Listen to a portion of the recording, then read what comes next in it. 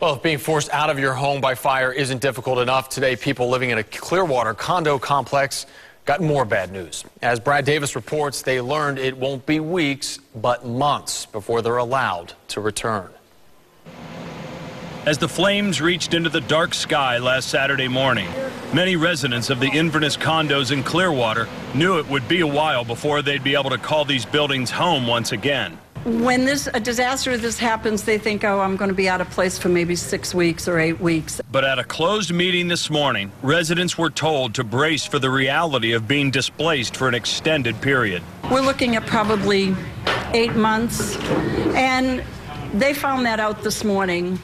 They're coming to grips with it.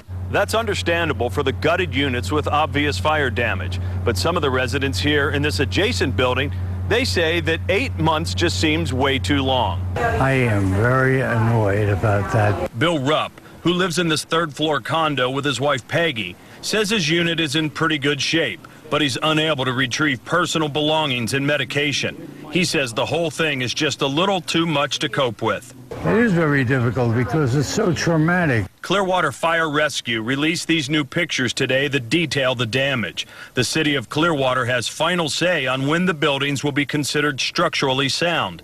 For now, Peggy and 83-year-old Bill Rupp, along with their cat Shadow, are living in a Red Cross-provided hotel. My wife and I are subject to too many arguments since this thing happened because she's going one way and I'm going the other. The Rupps aren't alone. None of the residents have been able to enter the units to get their personal property and other keepsakes. Management is hopeful that may happen sometime next week. In Clearwater, Brad Davis, ABC Action News.